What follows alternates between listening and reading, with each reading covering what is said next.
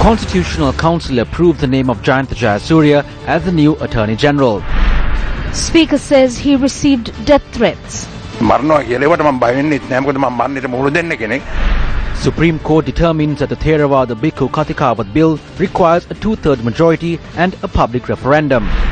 Matthew Abesingha breaks Julian Bowling's record for most number of gold medals for swimming at the South Asian Games. 4 murders in Vallampitia and Marapana.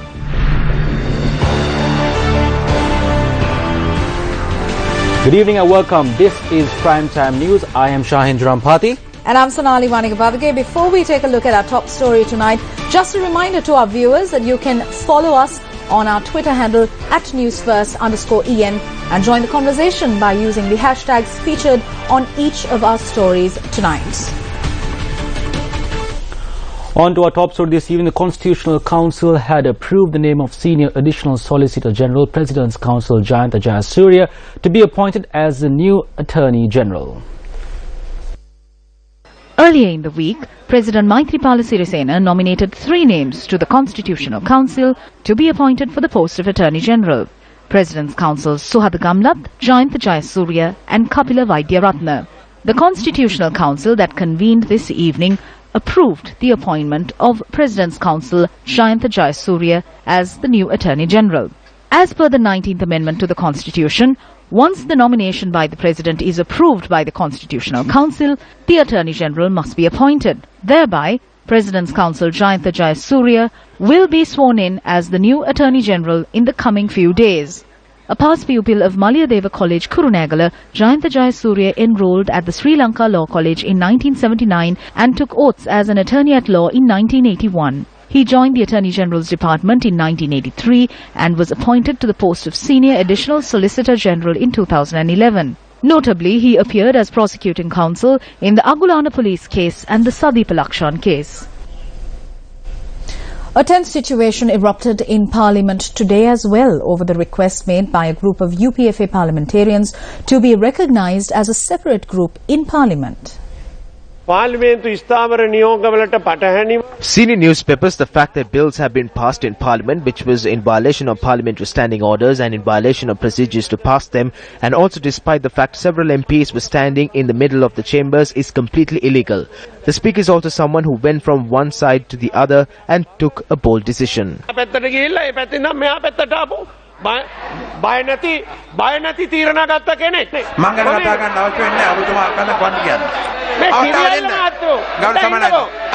You sit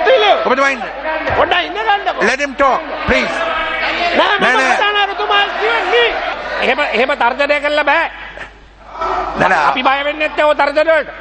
අපාසමන වදින්න ඇයි දැන් වෙන්න අපාස කරන්නේ ප්‍රශ්නයක් නෑ මම මේක විනෝද වෙනවා කොහොමද කියන්න මම වෛරයක් ක්‍රෝධයක් නෑ අපාස කරන්න කියන්නේ ප්‍රතිතුමා දැන් කිව්වා ධම්මපදයෙන් ඔව් එහෙම තමයි අපි ධර්මයෙන් ජීවත් වෙන්නේ මම එතුමාට කියනවා බුදුන් වදාලා සසර ගමන අවබෝධ කරගන්න කියලා එතුමාට කියන්න කැමති I would like to tell him the Lord Buddha once said, convene in peace and discuss in peace. These are not Buddhist. They are worshipping Mahinda Ramya. The best is Speaker for you to appoint a committee and we will resolve this through discussions. I cannot make decisions by myself here. I studied this issue quite extensively. First, I let Honorable Nimal Siripal Silva as the parliamentary group leader of the Sri Lanka Freedom Party to give his opinion, because I first want to determine if there are 2 groups of the SLFP in the chambers and what the stance of the SLFP is. So he said that the Sri Lanka Freedom Party and United National Party signed an agreement for a national government, and if there is another group, those persons cannot remain in the SLFP and that they have to take a separate decision on that matter. I was insulted, and after yesterday I received a threat saying that I would be killed if I do not do this. I will not be afraid of those threats because I am someone who will face death anyway. I do not know who threatened me, but it doesn't matter to me. But I kindly ask that officials of Parliament not be threatened because they are just carrying out their responsibilities. So which is why at that instance yesterday a bill of national importance was brought forward. If I had not passed that bill, it would have been an act of treachery to the country on my part. It is an important bill. The President said that we can remain in the opposition, but we cannot do one thing: ask for the position of opposition leader. We said that we do not want the post of opposition leader and to give that post to Sambandhan. The President has officially accepted that we can remain in the opposition.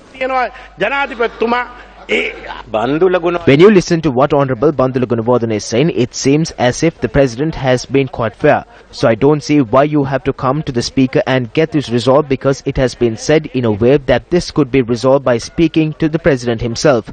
Also, he is saying that he wants to remain in the opposition, to which I have no objection to. We as members of parliament make a kind request from you. Conduct an investigation of the death threat you received and please inform this house as to who made the death threat. Please look into it, Honourable Speaker. If not, this will transform into a major political allegation against us that we did it.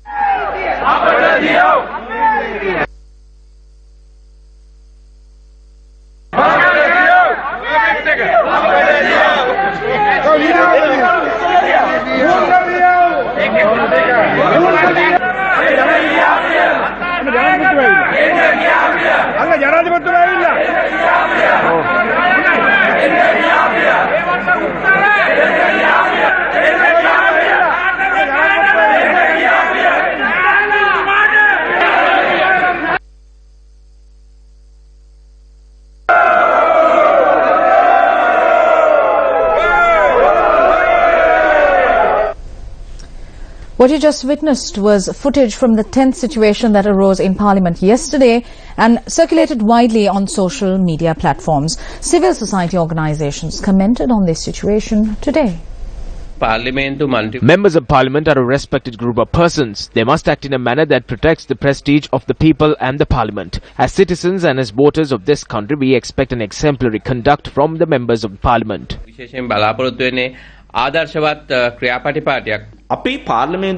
We elect members of Parliament to formulate laws and regulations that would affect the present and the future of Sri Lanka. They are not elected to make the Parliament a platform for their political means. We need members of Parliament who would think of the future when making laws. What is unfortunate is that these members of Parliament bring about their political and personal agendas to the fore, even at a time when decisive legislations are taken up in Parliament.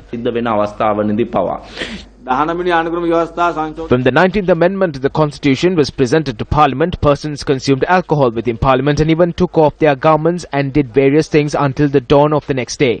They are acting in different ways. 20 million elect, 225 present. They have failed to resolve matters through dialogue within Parliament. If they cannot do that, they can come out and resolve those matters with the people and not act in such manner inside the chamber. Various views were expressed today following the claims made to accept the joint opposition as a separate group in Parliament. As the joint opposition, we had 13 rounds of discussions over a period of 6 months with the Speaker. He always followed the evasive procedure. As the Speaker, he does not have the right to speak to take part in a sinful act to divide a party or an alliance. He has to provide the opportunity for all parties to be represented democratically. There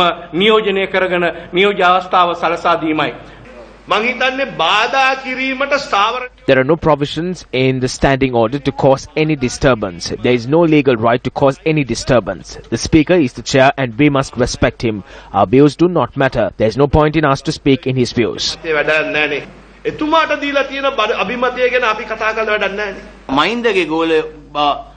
The group of Mahinda's apprentices who are elected are requesting that they be accepted as a separate group. Therefore, those in parliament must resign. If they contest the next elections from their respective political parties and get elected to parliament and make such a request with a group of 50 members, then they can even be given the post of opposition leader.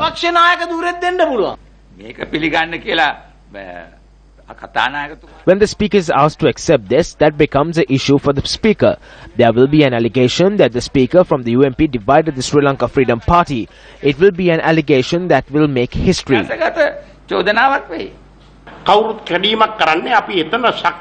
No one is creating any division. We are becoming a strength surrounding the Sri Lanka Freedom Party in this journey against imperialism and the United National Party by bringing together all those who are against the government.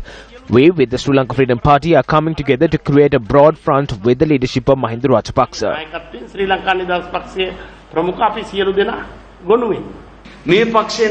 If this party continues to suffer internal splits, the final result would be the victory of the opponents. What we call is for all these different views to be converted as an internal struggle within the Sri Lanka Freedom Party and not allow it to spill to the outside.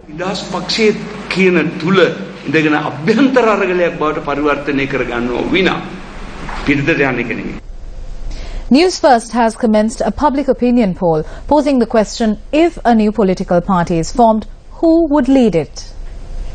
Who will be the leader if a new party is formed? M. Mahinda Rajapaksa, D. Dinesh Gunawardena, G. Gotabaya Rajapaksa, B. Basil Rajapaksa, W. Vimal Weerawansa, or O. Other. Type news, space your views and send it to 7788. You can also post your views on www.facebook.com/newsfirst.english.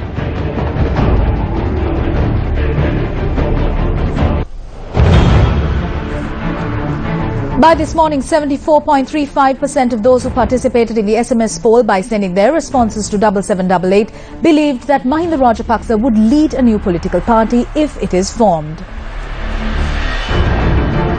Still in news from the Parliament, members of Parliament were provided with the opportunity to pose direct questions to the Prime Minister in accordance with the Commonwealth parliamentary traditions.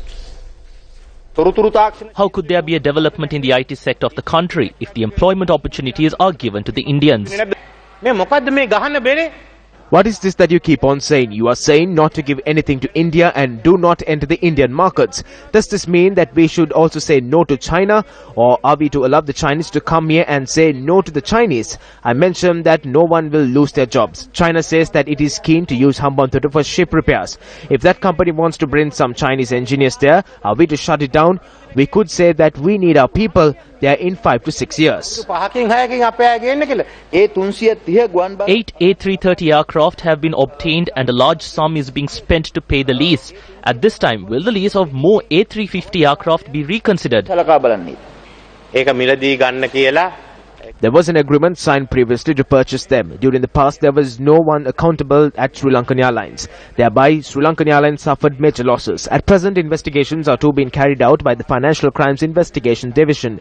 If we do not obtain these 8 aircrafts, we will have to pay a fine of $12 million to the Airbus company. We are stuck. We are not earning any profit from the flights to Europe. However, all these were brought to fly to Europe.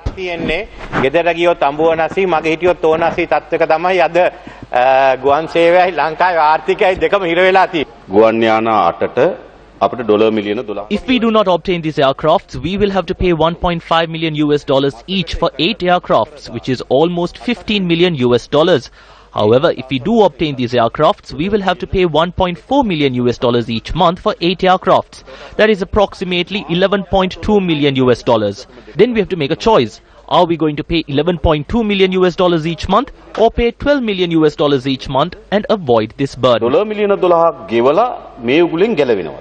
කෙසේ හෝ අපි ඉන්නේ අමාරු තත්ත්වයක. However, we are at a difficult situation. We are at present intending to hold discussions with the Airbus company and see if we could give back these airplanes and obtain cheap airplanes that could least fly within Asia. We will look into this and inform the House in this regard. යන විකල්ප දිහා බලලා මේ සභාවට කියන්න ඕනේ.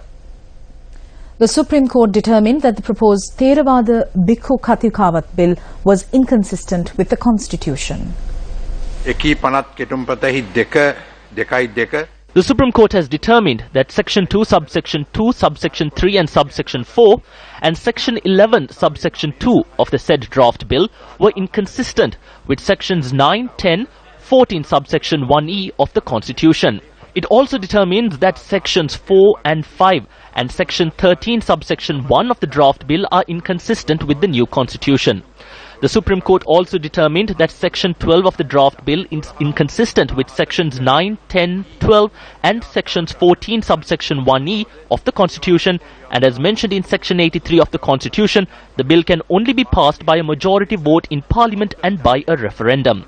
The Supreme Court goes on to say that if the aforementioned sections are amended according to the following, the inconsistency on those sections would be removed by the removal of Article B, subsections 2.3, 2.4, Section 4 and Section 5, and making amendments as determined by the Supreme Court on Sections 2.2, 11.2 and 13.1.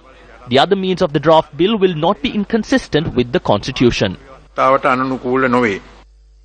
President, in an interview to the BBC, Mr. High Commissioner said that international judges will not be included. We recommended a hybrid court. The territorial integrity of the country would be threatened by such a move. It's not for the UN to impose any decision. We make recommendations. Do you think that accountability and reconciliation could be achieved overnight? Not overnight, but it could be achieved.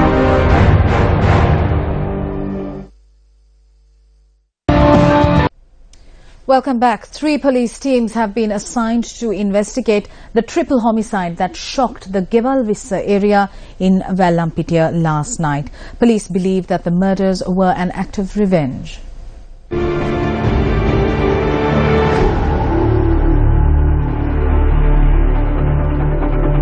Gunmen with a T-56 assault rifle had first arrived at a house in Kittampahawa area in Vallampitia in a 3-wheeler at around midnight yesterday. The gunmen had opened fire and killed a 24-year-old youth named Panapage Donsalita Nipuna. Police said they found trace amounts of marijuana at the house.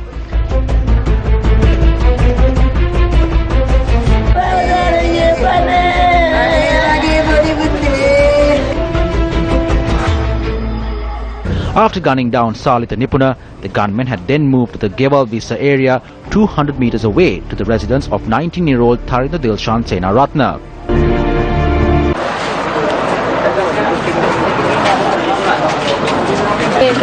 They called out his name and said they were from the police. They asked for the door to be opened. We said that he was not at home. They asked where he was. Then they kicked open the door and shot him. Police said that 4 shots were fired. 19-year-old Tharinda Dilshan, who tied the knot just 2 months ago, died following the shooting.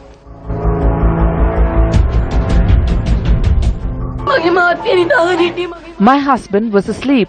They shot him twice. He embraced me and both bullets struck him.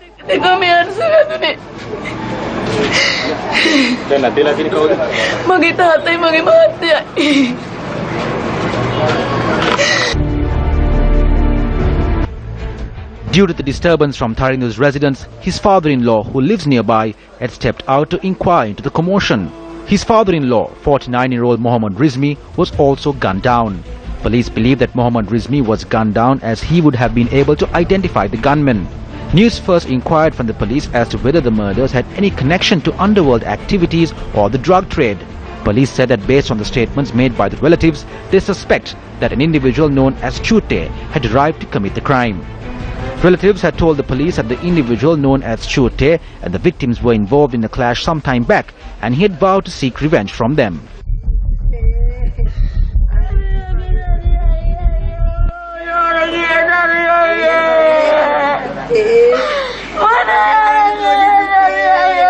I'm reporting from the Katpalala area in Vallampitia, where 3 individuals were murdered last night. Now, the house behind me is where 2 individuals were shot dead last night. Another 1 person was shot dead in a house situated in close proximity to the one behind me. Now, following the incident, security in the area was tightened. Police are still to arrest any suspects in connection with the incident. For the News First team, I'm Charlene Benedict, reporting from Vallampitia. 2 more bodies were discovered this morning from the Gull Inn area in Marapana. One of the victims was a 14-year-old schoolboy from the Gallin area. The victim, Anjana Kavindu, who had returned home from school last afternoon, had left once again saying that he was going to collect tamarind. He came home around 2:30 and left home by 3:45, saying that he's going to collect tamarind and then go to the playground. He didn't return home and we started to search for him. Anjana, who had thus left home last evening, had not returned even by this morning. Relatives then began a search and discovered the lifeless body of Anjana inside a house located in a tea estate not far away. Investigations into the death had revealed that he was in close contact with an elderly individual who had come to the area some time back. It was also revealed that relatives had complained to the police that the said individual had molested the victim a while back. When a search was launched to locate the individuals, his body was found around 4 kilometers away from where the boy's body was found. Police said that he had committed suicide. The preliminary investigation had revealed that the boy had died of strangulation and his body was moved to the Ratnapura JMO's office for the post-mortem examination.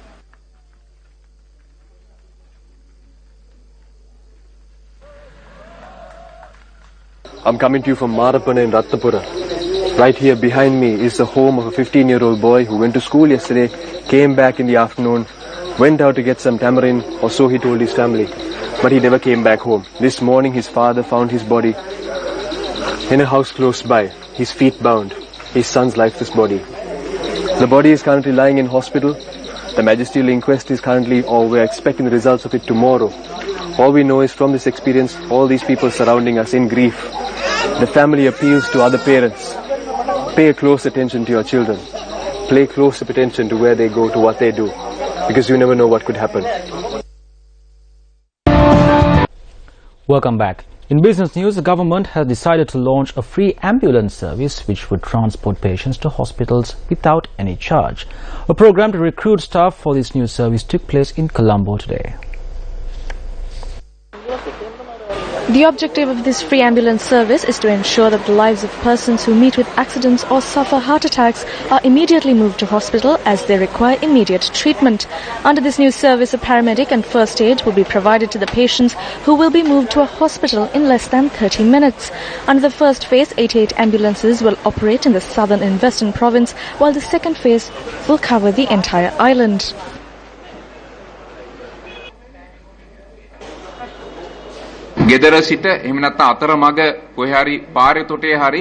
This ambulance service was launched so that an individual who falls critically ill either at home or on the road or following an accident can be taken to a hospital immediately. The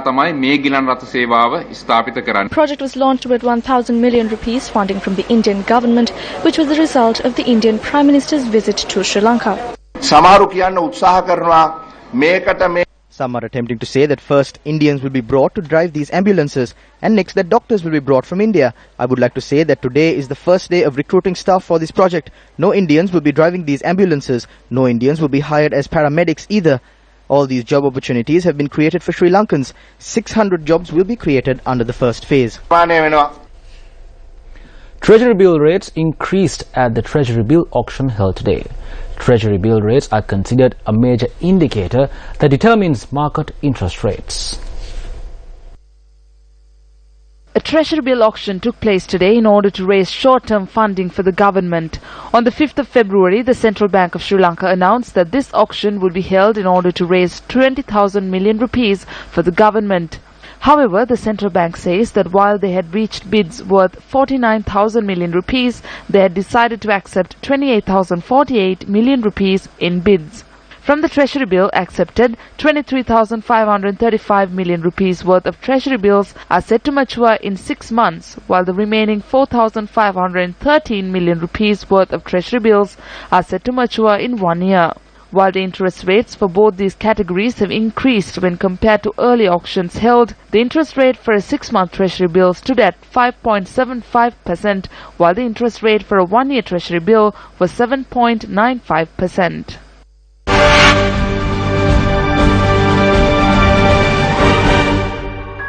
We live in a society networked by modern technology.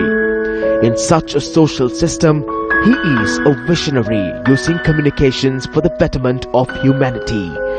Through progress in communications, this youth works towards bringing forth better people. He is Danesh Mathuranga. Using the bonds of modern networks, he has implemented various projects which highlighted humaneness and has become a lifeline for those in despair. Danesh Mathuranga, who is using progress in communications technology to elevate human society, joins the 10 finalists for V Awards 2015. I work a lot with computers and therefore I thought of using social media such as Facebook and doing something different. He has used communications technology for the betterment of human society. Using the Facebook social media network together with his friends, this individual has become a lifeline to despairing families. This is Danesh Mathuranga. Danesh Mathuranga has been nominated for V Awards 2015 for providing shelter to those with none and for the various social projects he has implemented, including places of worship and corporate entities. And that's a wrap from us here at Primetime News. I'm Sonali Manikabadike. And I'm Shayan Jarampati. Good night and take care.